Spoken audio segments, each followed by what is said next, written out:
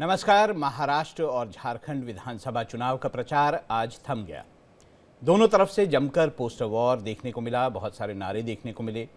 बटेंगे तो कटेंगे, जुड़ेंगे तो बढ़ेंगे, एक रहेंगे तो सेफ रहेंगे और वोट जिहाद तक कई बयान चर्चा में रहे। आज राहुल गांधी ने नए पोस्टर के जरिए प्रधानमंत्री नरेंद्र मोदी पर हमला बोला तो बीजेपी ने भी तुरंत जवाबी प्रहार किया। भड़काऊ बयानों के बीच अब सभी की नज़रें 20 नवंबर को होने वाली वोटिंग पर टिकी हैं। महाराष्ट्र में जहां आरक्षण, हिंदुत्व, महिला, युवा और किसानों का मुद्दा हावी है, वहीं झारखंड में घुसपैठ, आदिवासी, जंगल और ज़मीन के मुद्दों पर संग्राम देखने को मिल रहा है। 20 नवंबर को महाराष्ट्र की सभी 288 सीटों पर वोटिंग होनी है, जबकि झारखंड में दूसरे चरण की 38 सीटों पर वोटिंग है। उत्तर प्रदेश की 9 विधानसभा सीटों पर उपचुनाव भी 20 नवंबर को है। पूरे देश की नज़रें महाराष्ट्र और झारखंड चुनाव पर टिकी हैं, क्योंकि शिवसेना और एनसीपी में टूट के बाद ये पहला विधानसभा चुनाव है। ऐसे में देखना ये है कि महायुति वापसी करने में कामयाब होती है या फिर महाविकास आघाड़ी को सत्ता मिलती है। अब की बार किसे मिलेगा मराठों का साथ और किसके साथ जाएगा ओबीसी वोटर? बटेंगे तो कटेंगे जैसे नारों को कितना तवज्जो देगी जनता, उसका असर कितना होगा? इन तमाम मुद्दों पर अपने मेहमानों के साथ चर्चा करेंगे, लेकिन पहले आपको दिखाते हैं ये रिपोर्ट। में वो राष्ट्र नायक जिन्होंने इतिहास बदलने का काम किया है।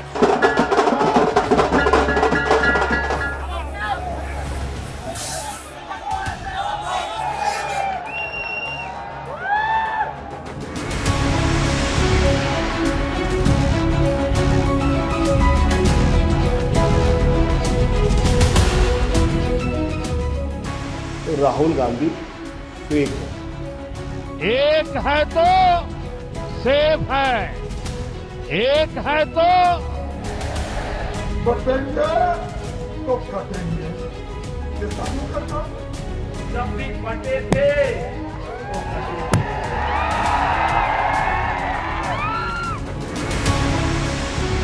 महाराष्ट्र और झारखंड में आज चुनाव प्रचार थम गया। अब सभी की नजरें 20 नवंबर को होने वाली वोटिंग पर टिक गई हैं। दोनों गठबंधनों ने चुनाव प्रचार में पूरी ताकत झोंकी है। फैसला अब जनता के हाथ में है। महाराष्ट्र की 288 विधानसभा सीटों पर एक साथ वोटिंग है, जबकि झारखंड में 2 चरणों में चुनाव हुआ है। पहले चरण में 43 सीटों के लिए 13 नवंबर को वोटिंग हो चुकी है। बाकी 38 सीटों के लिए 20 नवंबर को मतदान होगा। इसके साथ यूपी की 9 विधानसभा सीटों पर उपचुनाव हो रहा है। चुनाव प्रचार में बटोगे तो कटोगे, एक रहेंगे तो सेफ रहेंगे जैसे नारों और पोस्टरों के बीच दोनों तरफ से जमकर जुबानी जंग देखने को मिली। अब बटना नहीं है, बटे थे तो कटे थे, एक रहेंगे तो सेफ रहेंगे। इस भाव के साथ पूरे देश को एकजुट करने के लिए फिर से कार्य करना है। बटेंगे तो कटेंगे, ये साधु का काम है, नाथ पंथ का काम है। अरे ये काम कोई टेररिस्ट बोल सकता है, आप नहीं बोल सकते। हिंदुत्व, वोट जिहाद और 15 मिनट वाले बयानों को लेकर भी महाराष्ट्र चुनाव चर्चा में रहा। महाराष्ट्र में दोनों ही गठबंधनों ने किसानों, महिलाओं और युवाओं को साधने की कोशिश की है। दोनों तरफ से महिलाओं को आर्थिक मदद, नौकरी का वादा और किसानों को कर्ज माफी के साथ आर्थिक मदद का वादा किया गया है। लेकिन असली लड़ाई आरक्षण, जाति जनगणना, घुसपैठ और हिंदुत्व के मुद्दे पर नजर आ रही है। महाराष्ट्र चुनाव इस बार इसलिए भी अहम है क्योंकि शिवसेना और एनसीपी 2 गुटों में टूट चुकी है। ऐसे में देखना यह है कि महाराष्ट्र की जनता किसके साथ जाती है। Bureau report, India daily.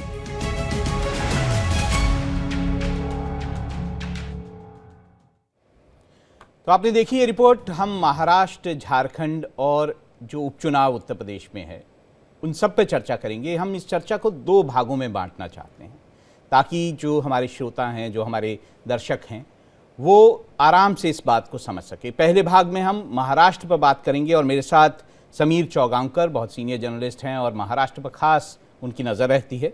Akku Srivastava बहुत ही सीनियर जर्नलिस्ट वो भी हैं। साथ ही मैं अपने सहयोगी जो महाराष्ट्र में हैं अभिषेक शर्मा, उनको भी इस चर्चा में जोड़ूंगा। और बात करेंगे कि आखिर महाराष्ट्र का अब चुनाव जो है, क्योंकि जो पूरा चुनाव प्रचार था वो बंद हो गया, ख़त्म हो गया है, तो किस ओर चुनाव जो है जाता हुआ दिखाई दे रहा है। समीर जी, आपसे शुरू करते हैं। 288 सीटें, बहुत ही महत्वपूर्ण चुनाव है। लोकसभा हमने देखा, लोकसभा में जो बीजेपी है उसको बहुत मुश्किलें महाराष्ट्र में मिली। इस बार ये भी है महाराष्ट्र के चुनाव में कि शिवसेना टूटी हुई है, जो एनसीपी है वो टूटी हुई है, महाअगाड़ी जो है वो बहुत ही कोशिशें कर रही है कि वो बेहतर प्रदर्शन करे। महायुति जो है उसको लगता है कि वो इन चुनावों में लोकसभा से बेहतर प्रदर्शन कर सकती है। आपको क्या लगता है? देखिए राहुल जी, महाराष्ट्र के जो विधानसभा चुनाव है ये बहुत एक अनोखा और अलग तरह का चुनाव होने जा रहे हैं। पहली बार महाराष्ट्र के विधानसभा चुनाव में शिवसेना 2 हिस्सों में टूट चुकी है, राष्ट्रवादी कांग्रेस 2 हिस्सों में टूट चुकी है, और जो कभी भी एक साथ चुनाव नहीं लड़े, जो हमेशा घोर विरोधी रहे, वो साथ में मिलकर चुनाव लड़ रहे हैं। शिवसेना कांग्रेस के साथ मिलकर, राष्ट्रवादी कांग्रेस के साथ मिलकर चुनाव लड़ रही है। और वही अजित पवार जो शरद पवार से टूटकर अलग हुए थे, वह अब महायुति का हिस्सा बनकर चुनाव लड़ रहे हैं। तो इस बार जनता का वोटिंग के पैटर्न कैसा होगा? क्या जो वोटर्स है वो आपस में शिफ्ट होंगे? अजित पवार का वोटर भारतीय जनता पार्टी को वोट करेगा, भारतीय जनता पार्टी का वोटर अजित पवार को करेगा, या उद्धव ठाकरे का जो वोटर है वो क्या कांग्रेस को वोट करेगा, कांग्रेस का उद्धव? ये बहुत सी बातें हैं।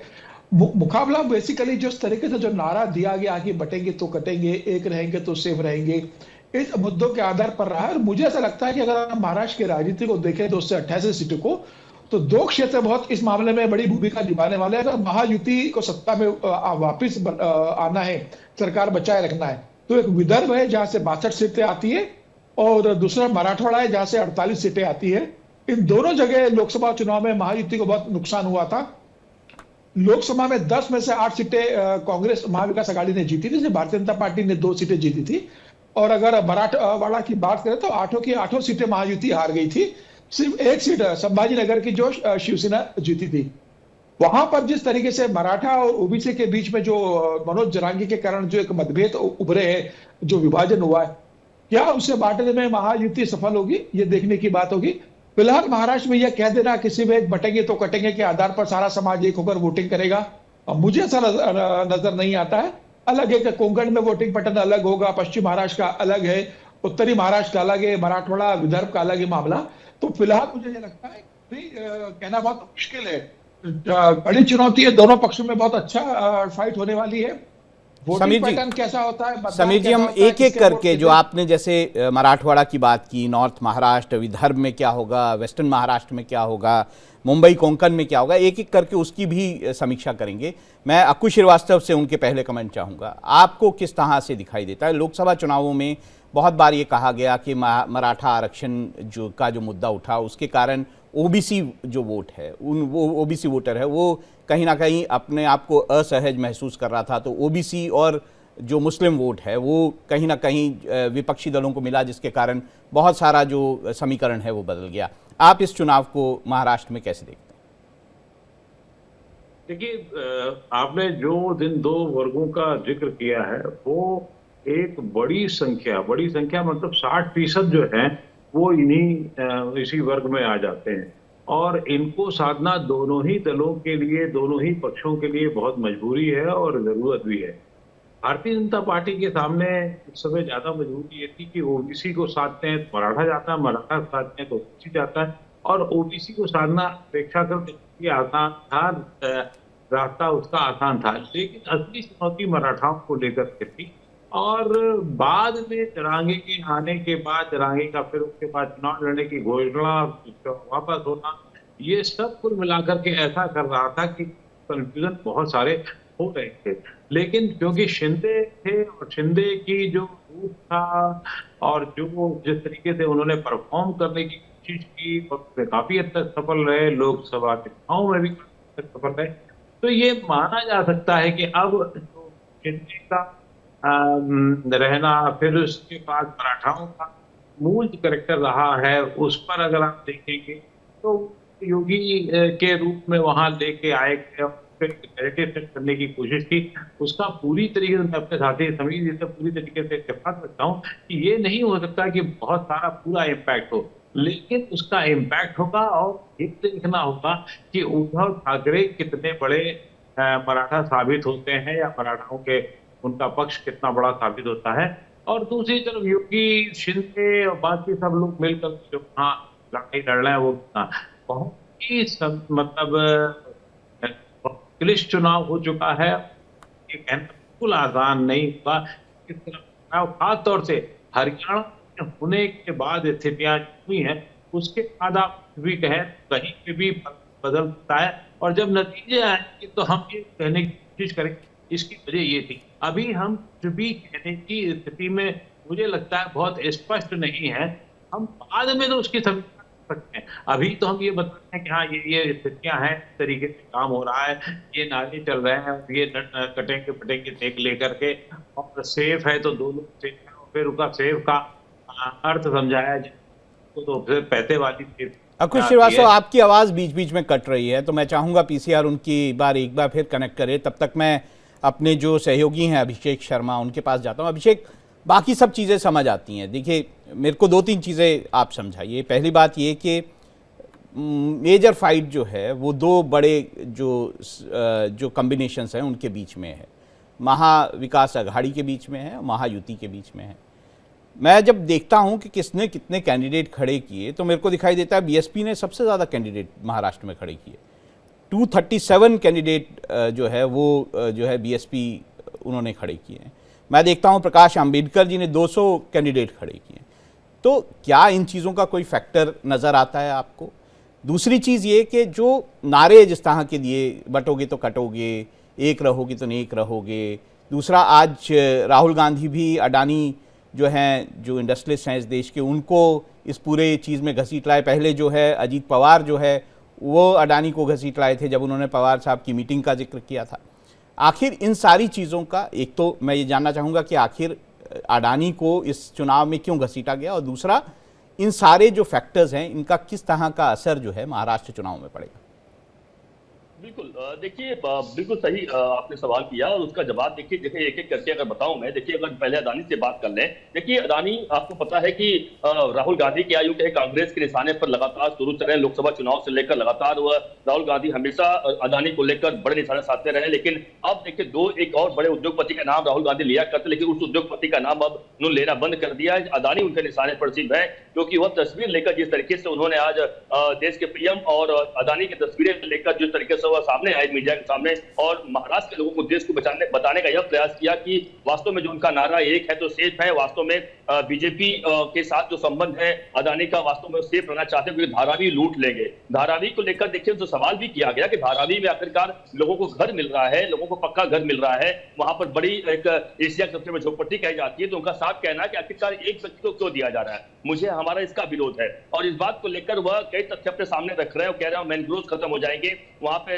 जो बाढ़ आती है बाढ़ की स्थिति हो जाएगी, और वहां पे लोगों का जो घर है वह सही तरीके से नहीं मिल पाया। तो कई सारे तथ्य देखिए वह विरोधी पर अभिषेक क्या कारण है? देखिए ये सब उठाएंगे तो लोग बात नहीं करेंगे कि आपका तेलंगाना में मुख्यमंत्री क्यों अडानी के साथ बिजनेस कर रहे हैं, आपके बाकी जो मुख्यमंत्री हैं वो क्यों अडानी के साथ बिजनेस करते हैं, तो ये बातें नहीं उठेंगी। और दूसरा, जहाँ तक शरद पवार का सवाल है, बहुत सारी बातें कही जाती हैं। शरद पवार जिस तरह से उनसे जुड़े हुए बिजनेसेस की बात की जाती है, तब भी बात की जाती है कि उनके अडानी के साथ बड़े अच्छे संबंध हैं। तो जब ये बातें होंगी तो उनके अपने जो सहयोगी दल हैं या उनके अपने मुख्यमंत्री जो हैं वो किस तरह से अडानी के जो उनका बिजनेस है उसमें अपने जो राज्य हैं वहाँ पे उसका फ़ायदा लेना चाहते हैं, वो बातें नहीं होंगी। बिल्कुल सही, बिल्कुल। देखिए यही सवाल बीजेपी खड़ा भी कर रही है। आखिरकार अब अडानी की बात कर रहे हो, दूसरे राज्यों में अडानी के साथ जो उनके डील हुए हैं, जो बातचीत हुई है, या महाराष्ट्र में जब यहाँ पर एनडीए की सरकार थी, उद्धव ठाकरे जब मुख्यमंत्री थे, ऐसा नहीं कि उन्होंने अडानी से दुश्मनी कर ली थी। प्रोजेक्ट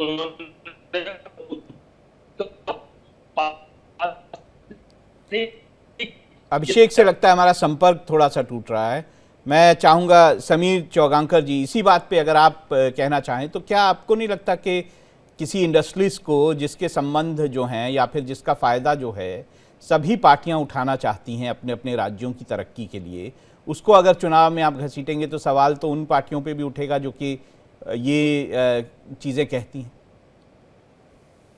देखिए, बहुत दुर्भाग्यपूर्ण है कि देश के एक बड़े उद्योगपति को इस तरीके से राहुल गांधी बार बार हर मामले में घसीटते हैं। राहुल गांधी का एक स्वभाव बन गया है कि जब भी कोई मामला हो, चुनाव की रैली हो, पत्रकार वार्ता हो, वो अडानी का और राष्ट्रीय सेवक संघ का हर बार इस्तेमाल करते हैं।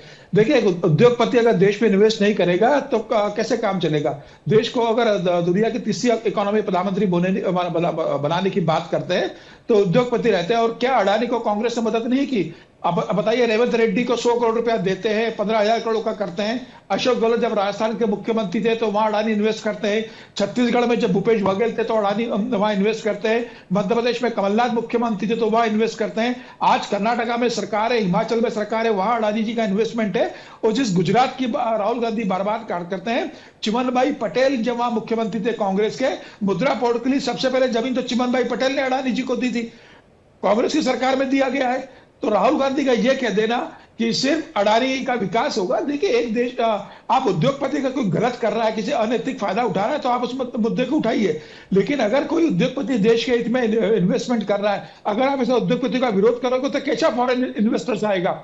2047 में जो विकसित भारत की बात प्रधानमंत्री मोदी कर रहे हैं, दुनिया की तीसरी अर्थव्यवस्था बनाने की प्रधानमंत्री मोदी बात कर रहे हैं, 5 ट्रिलियन इकोनॉमी की प्रधानमंत्री मोदी बात कर रहे हैं, तो वो उद्योगपति के दम पर होगी। उद्योगपति उद्योग लगाएंगे, इन्वेस्टमेंट करेंगे तो रोजगार देंगे।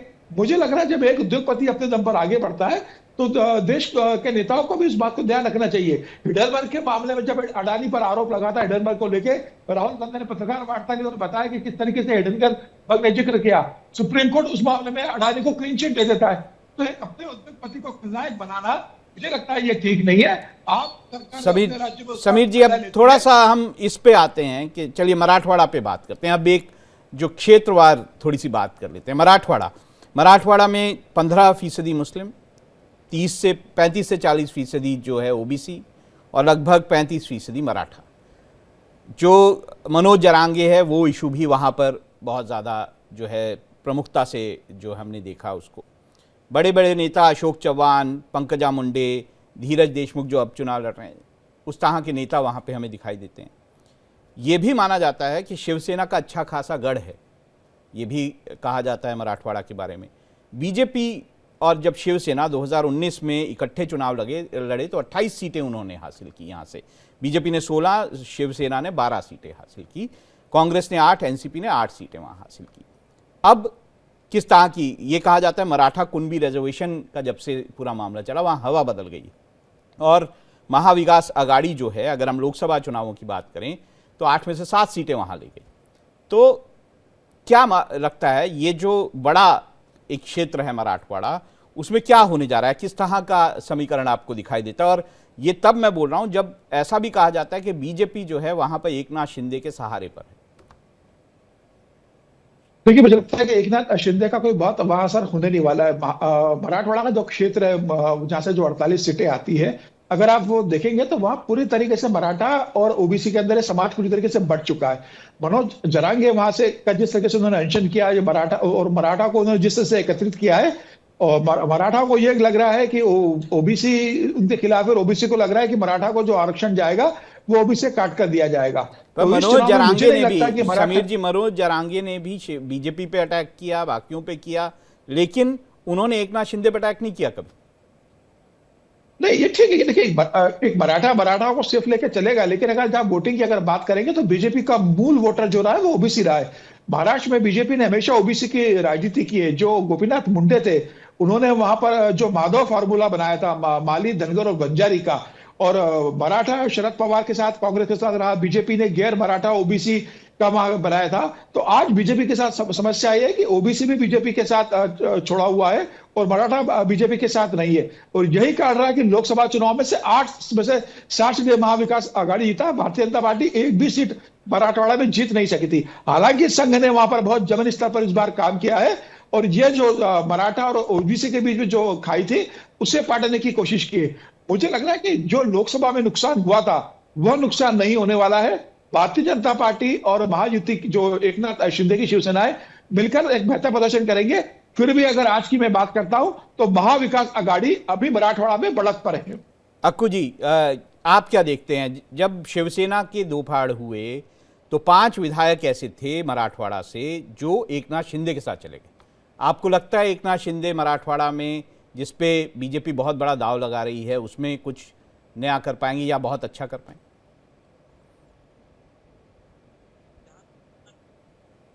अक्कू जी की आवाज नहीं आ रही है, देखिए। आ जा रही है? अक्कू जी शायद आपने म्यूट किया हुआ है, एक बार देखिएगा।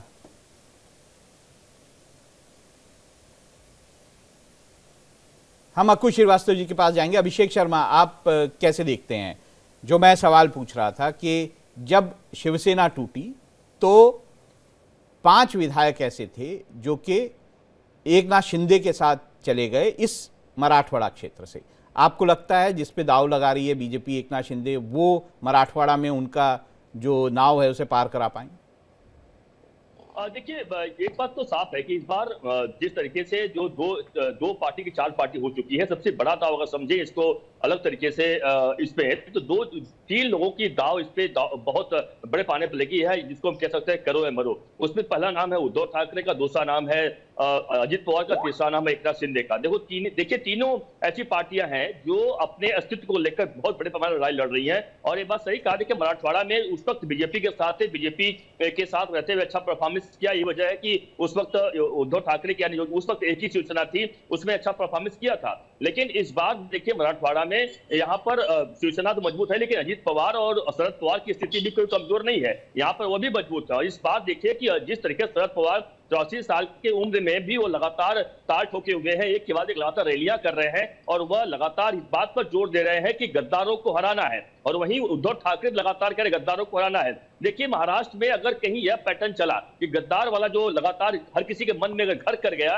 कि यहाँ गद्दार है और उनको अगर हराना है या उन्हें करना है, तो शायद एकनाथ शिंदे के लिए वह राह आसान नहीं होगी और महाविकास आघाड़ी के पक्ष में वो जा सकता है अगर जनता के मन में सवाल आया कि नहीं, यहाँ इन लोगों ने गलत किया है। क्योंकि बड़े पैमाने पर देखिए हर कोई इस तरीके से स्लोगन भी दिया जा रहा है, लगातार स्लोगन के जरिए, लगातार पोस्टर के जरिए इस बात को सामने आ रहा है। देखिए एक बात और कहना चाहूंगा आपसे कि देखिए महाराष्ट्र में अगर मराठाओं की बात करें तो मराठा देखिए 140 सीटों पर अपनी पावर रखते हैं, यानी 288 सीटों में 240 सीटों पर मराठा पैटर्न रखते हैं कि अगर वह सही तरीके से वोटिंग करें 40 सीटों पर इफेक्ट कर सकते हैं। वहीं ओबीसी की बात करें, ओबीसी 100 सीटों पर इफेक्ट कर सकती है। जिस तरीके सबसे अधिक संख्या जाहिर सी बात महाराष्ट्र में 38% जो है ओबीसी की है, मराठाओं की 28% है। वहीं अगर दलित की बात करें 12% है, अगर हम मुस्लिम की बात करें 12% है। टोटल मिला के करें तो 60-65% चले जाते हैं इन लोगों की संख्या, और ये बहुत बड़ा फैक्टर काम करेगा। और उतना ही नहीं बल्कि मराठवाड़ा जो मराठा हम कहते हैं, मराठाओं की तरफ से जो मनोज जरांगे पार्टी लेकर अपने आप को कहते हैं कि वही एक प्रतिनिधित्व करने वाले हैं। आज देखिए आज भी जब सभा खत्म हो रही थी तो उन्होंने एक बार और मैं रोकना चाहूंगा अभिषेक, समीर जी से पूछते हैं एक और क्षेत्र मुंबई कोंकण, 75 दोनों मिला के 75 सीटें लगभग, और मुंबई में 36 सीटें।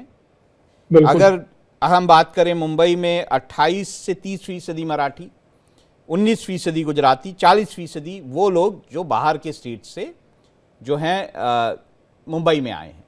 क्या लगता है मुंबई की 36 सीटें जो हैं उस पर आपको क्या समीकरण दिखाई देते हैं? देखिए मुंबई में सबसे बड़ी प्रतिष्ठा उद्धव ठाकरे की दांव पर होगी, क्योंकि इस चुनाव के बाद बीएमसी के भी चुनाव होने वाले हैं और उद्धव ठाकरे को बीएमसी पर जिस तरीके से लंबे समय तक कब्जा रहा था, उद्धव ठाकरे की सबसे बड़ी प्रतिष्ठा दांव पर है। लेकिन उद्धव ठाकरे के साथ समस्या ये है कि मुंबई के अंदर हम 36 सीटों की बात करें तो कांग्रेस और शरद पवार बहुत ज्यादा मजबूत नहीं, भारतीय जनता पार्टी का संगठन और संघ का जमीनी स्तर पर काम मुंबई के अंदर बहुत अच्छा है। एकनाथ शिंदे का भी आधा रहेगा। लेकिन लोकसभा अगर चुनाव परिणाम की बात करेंगे तो 3 सीटें उद्धव ठाकरे जीतने में सफल रहते हैं। उत्तर भारतीय भी एक बड़ा वोट बैंक है अगर मुंबई की अगर हम बात करेंगे, जो भारतीय जनता पार्टी के लिए वोट करता रहा है। मुसलमानों का एक बड़ा वोट बैंक है, दलितों का एक बड़ा वोट बैंक है। वर्षा गायकवाड़ वहां की मुंबई की अध्यक्ष है कांग्रेस की, तो उनका भी एक बड़ा वहां पर अक्कू से भी मैं बात करना चाहूंगा, अगर अक्कू की आवाज आ रही है। अक्कू श्रीवास्तव, अगर आप इस रीजन को देखें, मुंबई कोंकण का रीजन, जैसे मैंने समीर जी को बताया 75 सीटें बहुत इंपॉर्टेंट हैं। लोकसभा चुनावों में महायुति को 2 सीटें सिर्फ मिली थी यहाँ पर, जबकि 6 में से 4 सीटें जो है वो एमवीए ले गई थी। तो क्या आपको इस क्षेत्र, ये बड़ा क्षेत्र, इसमें क्या लगता है? नहीं, निश्चित रूप से अगर आप लोकसभा के हिसाब से देखेंगे तो उसमें आपको उतना पता नहीं लग पाएगा। इसका एक उदाहरण वैसे वो यहाँ पर नहीं है, लेकिन उत्तर पश्चिम सीट के क्षेत्र की है, जैसे धुले सीट थी, तो धुले का उदाहरण हम इसलिए देना चाहते हैं कि वहां 5 विधानसभा क्षेत्रों में तो बीजेपी बुरी तरह से, मतलब अच्छी तरीके से आगे थी, लेकिन 6ठी सीट विधानसभा में वहां सिर्फ बीजेपी को 4000 कुछ वोट मिले और बाकी इतने वोट मिल गए 1.25 लाख से ज्यादा, जिसकी वजह से कांग्रेस वहां जीत गई। इसलिए इसका आंकड़े का इस्तेमाल कि मुंबई में या आसपास के क्षेत्रों में भारतीय जनता पार्टी क्या प्रदर्शन कर पाती है या महायुति क्या प्रदर्शन कर पाती है, उस लोकसभा के आंकड़ों से नहीं होगा। मुंबई में अक्कू जी, मैं वापस आऊंगा। एक्चुअली आपकी आवाज पहले नहीं आई तो आपसे ज्यादा बात नहीं हो पाई। एक छोटा सा हम ब्रेक लेंगे जरूर। सिंहासन के संग्राम में महाराष्ट्र के बाद आगे बात करेंगे झारखंड चुनाव की। ब्रेक के बाद आपका एक बार फिर स्वागत है। हम ब्रेक से पहले बात कर रहे थे महाराष्ट्र चुनावों की और मेरे साथ समीर चौगांकर जी और अक्कू श्रीवास्तव जी जुड़े हुए थे। मेरे सहयोगी उस वक्त अभिषेक शर्मा भी थे। इस हिस्से में हम ज़्यादा बात करेंगे झारखंड के चुनावों की और 9 सीटें जो उत्तर प्रदेश में उपचुनाव जहां हो रहा है वहां की। लेकिन ब्रेक में जाने से पहले अक्कू श्रीवास्तव जो थे उनकी बात अधूरी रह गई थी। अगर अक्कू जी मेरे साथ बने हुए, चलिए उनसे बात कर लेंगे उसके बाद। लेकिन समीर जी एक बात बताइए, अब रह गए विदर्भ का क्षेत्र, नॉर्थ महाराष्ट्र का क्षेत्र, वेस्टर्न महाराष्ट्र का क्षेत्र। वेस्टर्न महाराष्ट्र माना जाता है एनसीपी का बहुत गढ़ है महाराष्ट्र में और वहां पर एनसीपी बेहतर करती है। इस बार क्या होने जा रहा है? इसमें कोई दो राय नहीं कि पश्चिम महाराष्ट्र शरद पवार की ताकत के लिए पहचाना जाता है। अब अजित पवार भी वहां से महायुति के साथ चुनाव लड़ रहे हैं। मुझे ऐसा लग रहा है कि पश्चिम महाराष्ट्र में शरद पवार बेहतर प्रदर्शन करेंगे। हालांकि वहां पर भारतीय जनता पार्टी का भी एक संगठन का आधार है, राष्ट्रीय संख्या भी जमीनी स्तर पर पश्चिम महाराष्ट्र में कहा है। पश्चिम महाराष्ट्र में शुगर लॉबी बहुत महत्वपूर्ण मानी जाती है, जो पैसे वाली लॉबी है जो पूरी शुगर लॉबी को कंट्रोल करती है। शरद पवार घोषणा कर चुके हैं ये उनका आखिरी चुनाव है, तो मुझे लग रहा है कि जो सेंटिमेंट है वो शरद पवार के साथ काफी हद तक जुड़ा हुआ है। तो पश्चिम महाराष्ट्र अगर देखेंगे तो शरद पवार एक बेहतर प्रदर्शन करने जा रहे हैं।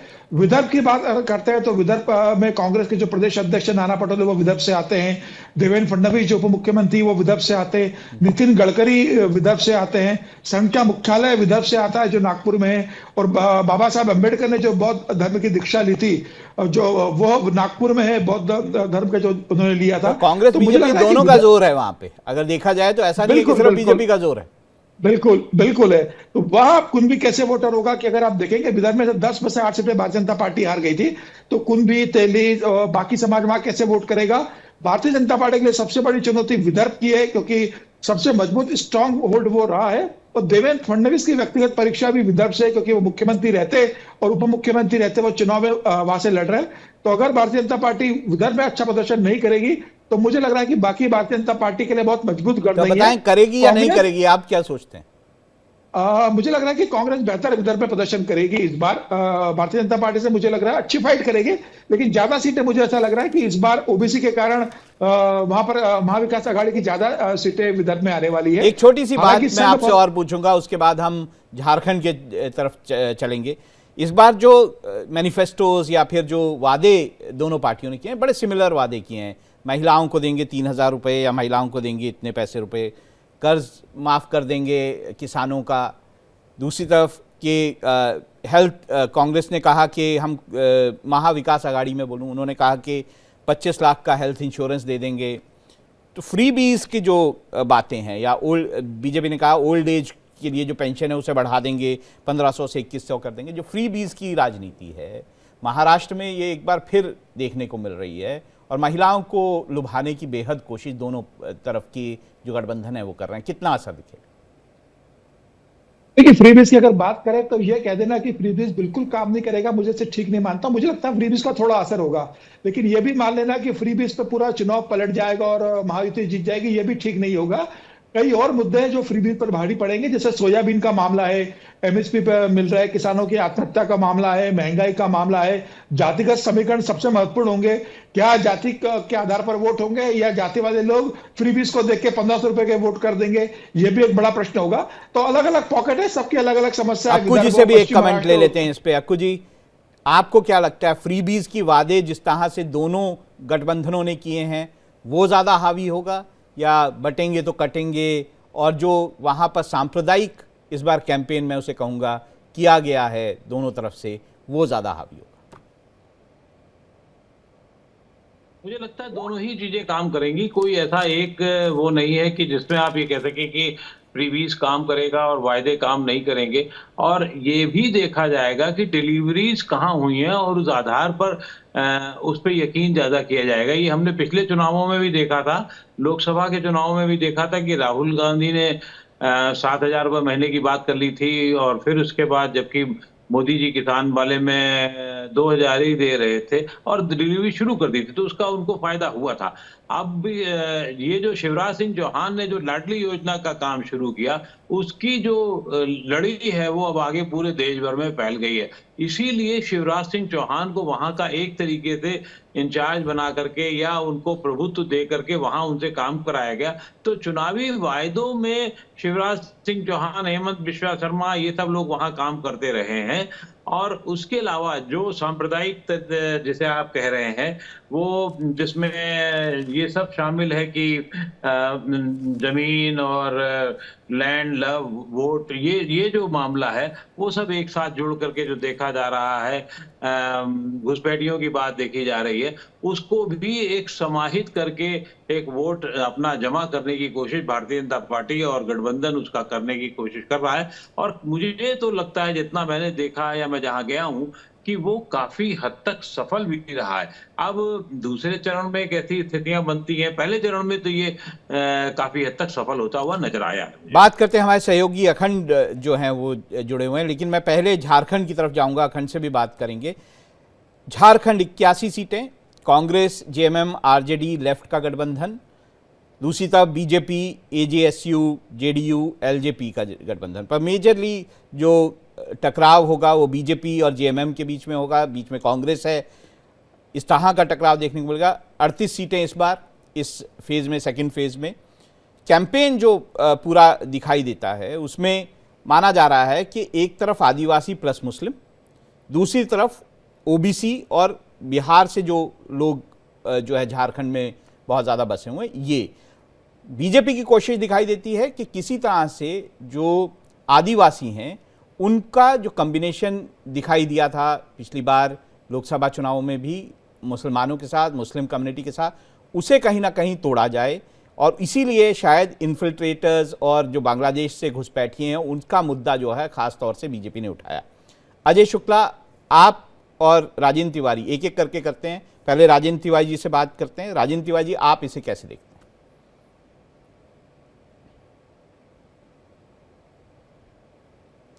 राजेंद्र जी, अपने आप को अनम्यूट करें, म्यूट किया है आपने, तो अगर अनम्यूट करेंगे तो आपकी आवाज मेरे तक आ पाएगी। दरअसल ये चुनाव डे 1 से Bharatiya Janata party communal lines पर खड़ा करने की कोशिश करती रही है, और खास तौर पे आदिवासियों और मुसलमानों के खिलाफ आदिवासियों को खड़ा करने की कोशिश उन्होंने की। जो नैरेटिव उन्होंने यहाँ पर दिया बांग्लादेशी घुसपैठियों का, वो नैरेटिव दरअसल हेमंता बिस्वा शर्मा से शुरू होकर और प्रधानमंत्री मोदी तक गया, लेकिन जमीन पर उसका कोई खास इम्पैक्ट नहीं है, क्योंकि जमीन पर वैसी चीजें हैं नहीं। एक बात। दूसरी बात ये कि जब एक दूसरा जो उनका नैरेटिव परिवारवाद का था, वो भी इस वजह से नहीं चल पाया क्योंकि भारतीय जनता पार्टी में सारे पूर्व मुख्यमंत्रियों के परिवार के लोग चुनाव लड़ रहे हैं। वो शिबू सोरेन की बहू भी लड़ रही है, तो रघुवर दास की बहू, अर्जुन मुंडा की पत्नी और चंपई सोरेन का बेटा और बाबूलाल इधर से भी कम थोड़ा है। इधर से हेमंत सोरेन खुद लड़ रहे हैं, उनकी वाइफ लड़ रही है, कल्पना सोरेन, उनके भाई लड़ रहे हैं, बसंत सोरेन। इधर से हैं, सोरेन परिवार के 4 लोग लड़ रहे हैं, जिसमें एक जो है भारतीय जनता पार्टी से, 3 लोग इधर हैं, लेकिन बाकी में नहीं कहा जा सकता। और इसके अलावा अगर 68 सीटें भारतीय जनता पार्टी की देखें तो उसमें करीब 18 ऐसे लोग हैं जो परिवार से आते हैं। तो ये इतनी बड़ी संख्या जेएमएम में नहीं है। इस वजह से ये वाला नैरेटिव भी बहुत ज्यादा चल नहीं पाया और अब बात भी उतनी ज्यादा नहीं करते हैं लोग, करते हैं बट एक बस पासिंग रेफरेंस में। भ्रष्टाचार का मसला जो था, जो बड़े उस पर खड़ा कर प्रधानमंत्री तक बात करते हैं, तो उसमें भी हुआ ये कि हेमंत को जो जमानत मिली उसमें जो कोर्ट की टिप्पणी आई, उस टिप्पणी ने सारे पूरे जो बना रखा गया था उसको बहुत निष्प्रभावी कर दिया, क्योंकि कोर्ट ने कहा ऐसा कोई प्रथम दृष्टया चीजें नहीं दिखाई दी हैं जिससे हेमंत सोरेन को जेल में रखा जाए। तो ये अपने में इससे भारतीय जनता पार्टी थोड़ा मुश्किल में आई। और पहला चरण का जो है चुनाव जिसमें 43 सीटें थी, उस चुनाव में अगर आप देखेंगे तो वो महिलाओं का वोट 37 सीटों पर पुरुषों के मुकाबले एब्सोल्यूट टर्म्स में ज्यादा पड़ा है। एब्सोल्यूट नंबर्स में मैं कह रहा हूं, परसेंटेज में नहीं कह रहा हूं, वो ज्यादा पड़ा है। और कई जगह पर 27,000 30,000 वोट ज्यादा पड़ा है महिलाओं का। अब इसको जिस तरह देखा जाता है वो ये कि जो हेमंत सोरेन की मैया स्कीम है उसका इम्पैक्ट, और मैं कभी घूमा हूं कई जगह चुनाव के दौरान, हर जगह उसका रिकॉल है, लोग उसे याद करते हैं। और एक खास बात हेमंत सोरेन ने इस बार की है जिसका जिक्र किया जाना जरूरी है मुझे लगता है, वो ये कि ये स्कीमें जितनी हेमंत सोरेन की हैं वो किसी कम्युनिटी, किसी बीपीएल या इस तरह से के लिए नहीं है। मैं दो बातें और आपसे पूछूंगा राजन जी, जो दो बातें महत्वपूर्ण हैं। एक तो बीजेपी ने जो मुद्दा उठाया है घुसपैठियों का, उसमें उनका कहना है कि आदिवासियों की ज़मीनों पर कब्जा कर रहे हैं। जो घुसपैठिए आ रहे हैं वो आदिवासियों की बच्चियों से शादी करते हैं, उसके बाद उनकी ज़मीन पर कब्जा कर लेते हैं। ये मुद्दा उन्होंने ज़बरदस्त तरीके से उठाया। दूसरी बात, एक और फैक्टर जो झारखंड में दिखाई देता है वो है झारखंड लोकतांत्रिक क्रांतिकारी मोर्चा, एक यंग पार्टी जो कि ओबीसी जिसका लीडर है, यंग लीडर है, वो मामला, वो जो मुद्दे उठा रहा है, वो जो यूथ है उसके रोजगार के मुद्दे उठा रहा है, वहां पे उसको समर्थन भी मिल रहा है।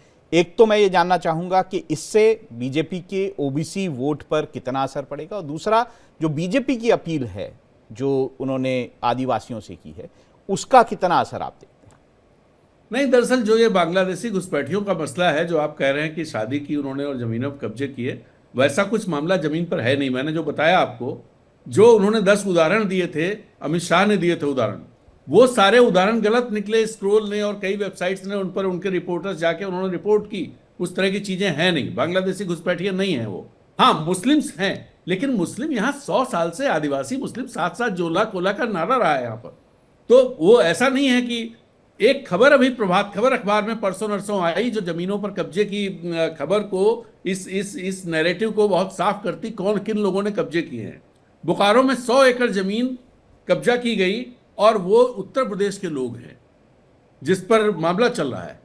तो दरअसल यहाँ लोग आए हैं, घुसपैठ हुई है। मैं समीर जी को इसमें ऐड करना चाहूंगा। समीर जी, आप किस तरह से इस पूरे मामले को देखते हैं? बीजेपी रोटी माटी बेटी की जो अपील है उसको करते हुए चुनाव ये लड़ रही है, दूसरी तरफ ये जो सेकंड फेज का चुनाव है ये संथाल परगना प्रमंडल जो है वहाँ पर है, और कोयलांचल का जो इलाका है वहाँ पर है, आदिवासी इलाका है बहुत ज़्यादा।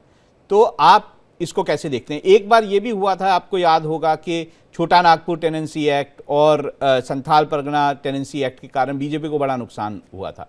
अब ऐसी स्थितियां आपको दिखाई देती हैं? देखिए, भारतीय जनता पार्टी ने इस बार जो 2019 में जो भारतीय जनता पार्टी को नुकसान हुआ था उन सच को भारतीय जनता पार्टी ने ठीक कर लिया। जैसे रघुवर दास जो गैर आदिवासी मुख्यमंत्री थे, उनके कारण एक छवि खराब थी, उन्हें प्रदेश की राजनीति से बाहर कर दिया, उन्हें गवर्नर बनाकर भेज दिया। आजसू के साथ 2019 में भारतीय जनता पार्टी का गठबंधन ही था, इस बार भारतीय जनता पार्टी ने आजसू के साथ गठबंधन कर लिया। बाबूलाल मरांडी अलग पार्टी बनाकर 2019 का विधानसभा चुनाव लड़ते, इस बार बाबूलाल मरांडी भारतीय जनता पार्टी के साथ आ चुके हैं। तो भारतीय जनता पार्टी चंपई सोरेन को लेकर आई है, जो एक बड़े आदिवासी चेहरा माने जाते हैं, हेमंत सोरेन के बड़े करीबी थे, और उनका आदिवासियों में उल्टा उन्हें ले आई। शिबू सोरेन के परिवार से उनकी बहू को लेकर आई, भले ही वो लोकसभा चुनाव हार गई हो, उस परिवार में टूट हुई है। पर आपने अभी बाबूलाल मरांडी का जिक्र किया, धानवर से चुनाव लड़ रहे हैं, वहां पर बिल्कुल उनकी ये बड़ा मुश्किल चुनाव माना जा रहा है। जयराम महतो वहां पर, जो मैंने आपको अभी एक पार्टी का नाम दिया था, शायद मैं शायद गलत, जिसके कारण बाबूलाल मरांडी चुनाव हार सकते थे, उसे अभी शाह जी ने भारतीय जनता पार्टी में शामिल करा लिया। जी, मेरी से गलती है। पहले वो भारतीय अभी 2 दिन पहले ही वो भारतीय जनता पार्टी में आ चुके हैं। तो बाबूलाल मरांडी के लिए ही उन्हें भारतीय जनता पार्टी में लाया गया है और भारतीय जनता पार्टी में आ चुके हैं। वो निजामुद्दीन अंसारी वहां पे जेएमएम के चुनाव लड़ रहे हैं, मेरे से थोड़ा सा गलत हुआ। हाँ जी बिल्कुल। हाँ बिल्कुल। तो बाबूलाल मरांडी का एक बड़ा फैक्टर रहा था जब उन्होंने पार्टी बनाई थी, अब वो भाजपा के साथ आ चुके हैं। मुझे लगता है कि भारतीय जनता पार्टी ने 2019 में जो कमजोर कड़ियां थी उन्हें मजबूत किया है। और हेमंत विश्व शर्मा को सह-प्रभारी बनाया, शिवराज सिंह चौहान को प्रभारी बनाया, और जिस तरीके से वहां पर संघ ने जमीन स्तर पर भी काम किया है। हेमंत सोरेन के साथ समस्या ये है कि हेमंत सोरेन अकेले पड़ गए, उन्हें कांग्रेस का बहुत समर्थन नहीं मिल पा रहा है। जो कांग्रेस कमजोर हो गई है, हेमंत सोरेन अकेले भारतीय जनता पार्टी गठबंधन के साथ चुनाव लड़ रहे हैं। और जिस तरीके से हेमंत सोरेन ने जो वहां पर मैया सम्मान योजना लागू की, उससे खिलाफ भारतीय जनता पार्टी ने गोगो सम्मान योजना की घोषणा करी है। तो मुझे ऐसा लग रहा है कि जमीनी स्तर पर घुसपैठ को लेकर क्या आपको लगता है 2019 में 28 ट्राइबल सीटें, मैं उनकी जिक्र करता हूं, बिल्कुल 2019 में मैं आपके पास भी आऊंगा राजन जी, 2019 में 28 ट्राइबल सीटें, बीजेपी ने सिर्फ 2 सीटें जीती। क्या सच में बदलाव हो जाएगा? लोकसभा चुनाव में 5 सीटें भारतीय जनता पार्टी आ गई। 2024 की अगर बात करोगे तो 5 आरक्षित सीटें झारखंड की भारतीय जनता पार्टी चुनाव में आ गई है। लोकसभा में भी 11 से 8, ऐसा नहीं है कि ग्राफ गिरा। बिल्कुल, 5 जो आरक्षित सीटें हैं आदिवासियों के लिए, 5 भारतीय जनता पार्टी झारखंड में आ रही थी। तो यही कारण रहा कि भारतीय जनता पार्टी ने इस तरह का एक सेंटिमेंट सेट किया है कि भाई आदिवासियों की जमीन पे कब्जा किया जा रहा है, आदिवासी घुसपैठ आ रहे हैं। एक सेंटिमेंट बनाने की कोशिश की, नैरेटिव बनाने की जमीनी स्तर पर। मुझे लग रहा है कि कुछ उसका असर जमीनी स्तर पर हुआ है। अब वो कितना हुआ है वोट के दिन। मैं एक छोटा सा कमेंट राजेंद्र तिवारी जी झारखंड से चाहूंगा, उसके बाद हम उत्तर प्रदेश में जाएंगे, अजय शुक्ला जी से बात करेंगे, अपने अखंड प्रताप शाही से बात करेंगे। आपका एक छोटा सा कमेंट। मैंने ये कहा कि ट्राइबल सीटों में क्या अचानक बहुत बड़ा बदलाव आपको देखने को मिलेगा बीजेपी के फेवर में? कि जेवीएम जो बाबूलाल मरांडी की पार्टी थी, जो 2006 में बाबूलाल मरांडी बाहर हुए थे, और उन्होंने लगातार भारतीय जनता पार्टी के खिलाफ लड़ाई लड़ी थी। जो जेवीएम का वोट है वो भारतीय जनता पार्टी के खिलाफ का वोट है, पहली बात। दूसरा पॉइंट ये है कि जो मैया योजना है, मैया योजना 2500 रुपए दिसंबर से होने हैं और गोगो दीदी 2100 रुपए की है, उसका रिकॉल नहीं है। दूसरा पॉइंट ये। तीसरा पॉइंट, आदिवासी और जनरल कास्ट के बीच में एक पोलराइजेशन है इस राज्य में। आदिवासी पूरी तरह से, आप कहीं भी जाइए, आप चाईबासा जाइए, आप घाटशिला जाइए, आप खूंटी जाइए, जो ठेठ आदिवासी इलाके हैं, हर तरह का आदिवासी, चाहे वो सरना हो, चाहे क्रिश्चियन हो, चाहे ये दोनों ना भी हो, वो हेमंत सोरेन को अपना नेता मान रहा है। और जो जनरल कास्ट है वो कह रहा है कि हम मजबूरी में ही सही, लेकिन हमें तो भाजपा को। पर अगर इतना ही हेमंत सोरेन का वो होता तो लोकसभा चुनाव में उनको, जो बीजेपी है, कितना कैंपेन हुआ कि बीजेपी ने जेल में डाल दिया है, बीजेपी ने उनको ताश किया। लोकसभा चुनाव में स्वीप हो जाना चाहिए। लोकसभा चुनाव में अर्जुन मुंडा चुनाव हार गए 1.5 लाख वोट से, आप ये देखिए। और जो मार्जिन्स थे भारतीय जनता पार्टी के, वो मार्जिन्स बहुत कम हो गए जनरल सीटों पर। ऐसा नहीं है कि उसका इंपैक्ट नहीं हुआ। 3 सीटें भारतीय जनता पार्टी के पास ST की थी, तीनों चुनाव हार गए। जी राजेंद्र जी, चलते हैं उत्तर प्रदेश, बहुत इंपॉर्टेंट चुनाव। उत्तर प्रदेश में जो है योगी जी ने अपनी पूरी ताकत झोंक रखी है, उनसे वो पूरी तरह से उन्होंने अपने जितने मंत्री हैं उनको बहुत कुछ इस चुनाव में उतारा हुआ है। 9 सीटों पर उपचुनाव हो रहा है। अखंड, आप बहुत नज़दीक से ये चुनाव देखते हैं, और आपको क्या लगता है इन 9 में, अगर मैं सीट वाइज देखूं और पिछले चुनावों को के रिजल्ट्स को एनालाइज करूं, तो दिखाई देता है कि बीजेपी और समाजवादी पार्टी यही मेजर फाइट होगी। जहां तक RLD का सवाल है, जहां तक बाकी उनका सवाल है, कम जगहों पर उनका प्रेजेंस जो है देखने को मिलता है। जहां तक अगर मैं देखूं, BSP का भी प्रेजेंस बहुत कम इन 9 सीटों में दिखाई देता है। RLD ज़रूर एक फैक्टर है जो कि मुझे मीरापुर में दिखाई देता है, वो फैक्टर ज़रूर है। आप किस तरह से इस चुनाव को देख रहे हैं? बिल्कुल, इस बार का चुनाव उपचुनाव अगर कहा जाए तो बिल्कुल अलग तरीके से देखा जा सकता है। इसमें ये ज़रूर है कि जो दिलचस्प बनाया इस पूरे चुनाव को, उसमें दो तीन पार्टियों की एंट्री ने दिलचस्प बना दिया। एक तो बहुजन समाज पार्टी जो कभी भी उपचुनावों में दाखिल नहीं होती थी या दखल नहीं देती थी, उसने इस बार सभी सीटों पे, सभी 9 सीटों पे अपने कैंडिडेट उतारे। ये लोकसभा चुनावों की लगातार मिल रही हार के बाद का एक बड़ा फैसला था। आकाश आनंद को एक जिम्मेदारी सौंपी गई थी कि वो उत्तर प्रदेश का प्रभार देखेंगे। आकाश आनंद से कभी ले लेते हैं जिम्मेदारी, कभी दे देते हैं जिम्मेदारी। उनको भी जी, तो ये वो जिम्मेदारियां लेने के बाद उनको उतारा गया था, उनको बड़ा चेहरा बनाया गया। मायावती जी खुद लंबे समय से उत्तर प्रदेश की सत्ता से दूर हैं। बीएसपी की अगर मौजूदगी अगर देखी जाए तो विधानसभा में सिर्फ एक सीट पे सिमट के रह गई है, केवल एक सीट, और वो भी वो पार्टी जो कि 2007 से 2012 तक लगातार उत्तर प्रदेश की सत्ता में काबिज रही। बड़ा वोट बैंक है, लगातार उनका जो डिटोरिएशन चलता रहा उनका वोट बैंक में, वो अभी भी कायम है। तो इन सारी चीज़ों से घबराते हुए या सबक लेते हुए कहा जाए तो बीएसपी ने एक फैसला लिया कि वो कंटेस्ट करेगी अब की बारी उपचुनावों में भी। तो एक तो बीएसपी की एंट्री, दूसरी आज़ाद समाज पार्टी एक ऐसी पार्टी बन के उभरी है जो जिसका सारा दावा जो है वो बीएसपी के वोट बैंक पे है, और या यूं कहा जाए उसका भी टारगेट वोट बैंक पर आपको लगता है फूलपुर से आगे आजाद, चंद्रशेखर आजाद का कोई फूलपुर अगर सीट देखिए तो उसके अलावा कहीं पे आपको बहुत ज्यादा असर दिखाई देता है? थोड़ा बहुत असर कुंदरकी में देखने को मिल सकता है, खैर में देखने को मिल सकता है, ऐसा माना जा रहा है। लेकिन कितना असर होगा, चूंकि एआईएम भी इसमें कंटेस्ट कर रहा है, तो अजय शुक्ला जी को इस चर्चा में अजय शुक्ला हो गई है लड़ाई। अजय शुक्ला जी को लाते हैं। अजय शुक्ला जी, 3 सीटें हम बात करें, करहल, कुंदरकी और सीसामऊ, क्या लगता है आपको?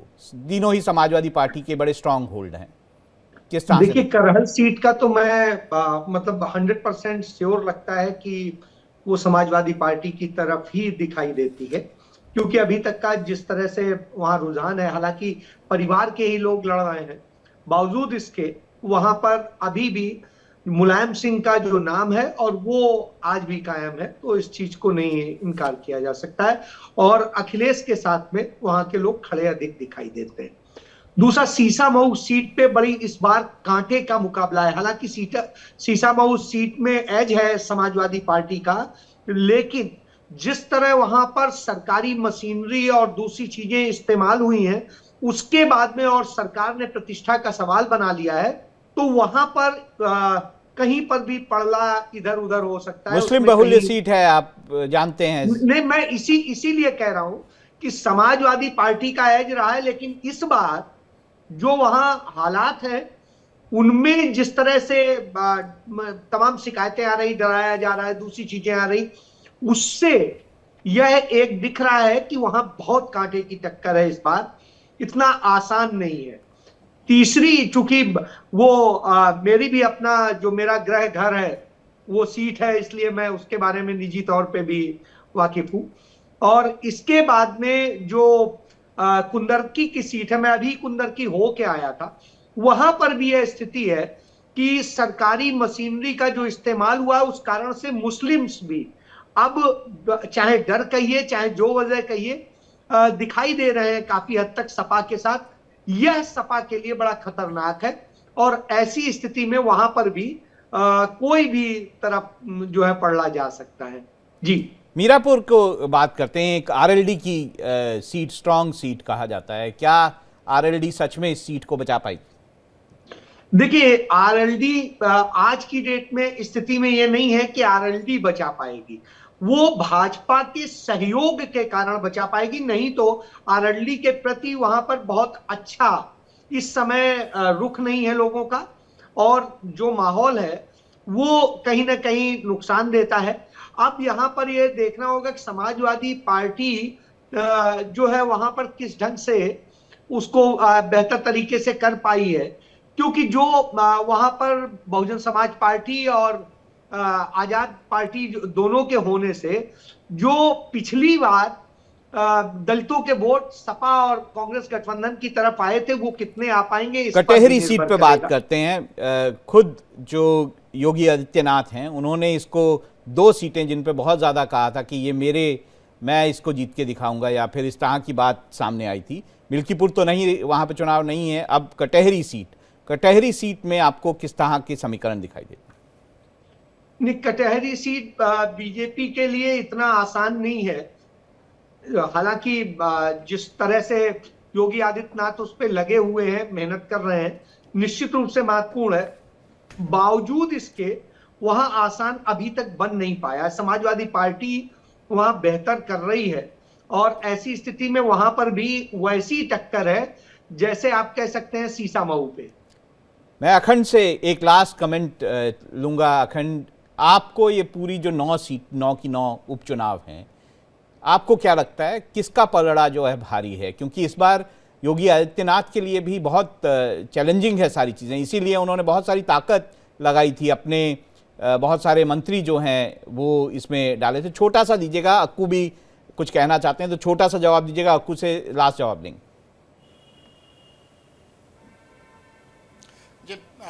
बिल्कुल, इसमें ये बात तो सही है कि एकदम आसान नहीं है, बिल्कुल आसान नहीं है जिस तरीके से समझ रही थी चाहे बीजेपी हो या समाजवादी पार्टी, लेकिन कांटे की टक्कर जरूर दिखाई दे रही है। हाँ, कुछ सीटें ऐसी हैं जहां पे बूथ मैनेजमेंट बीजेपी ने बहुत अच्छा किया है और लगातार बीजेपी ने जो सबक लिया था 2024 के लोकसभा चुनावों से, उसका असर देखने को मिला। अक्कू, आप कुछ कहना चाह रहे थे? इसके बाद अक्कू के बाद मैं ये कह रहा हूँ कि क्योंकि ये योगी आदित्यनाथ के लिए बिल्कुल जीने मरने का सवाल है, जो उनके प्रबंधन का सवाल है, इसलिए और जिस तरीके से व्यवस्थाएं की गई हैं, निश्चित रूप से जो समाजवादी पार्टी की सीटें हैं, जो उनकी कटहरी हो या और सीटें हो, वहां वो आगे हैं। लेकिन बाकी सीटों पर अब ऐसी स्थिति नहीं है कि भारतीय जनता पार्टी या उसके समर्थक दल पीछे हो और वो ठीक ठाक तरीके से आगे दिख रहे हैं। मैं सारे अपने मेहमानों का धन्यवाद कहूंगा इस चर्चा में शामिल होने के लिए। सिंहासन के संग्राम की महाबहस में बस इतना ही। मुझे दीजिए इजाज़त। इंडिया डेली पर खबरों का सिलसिला लेकिन जारी है।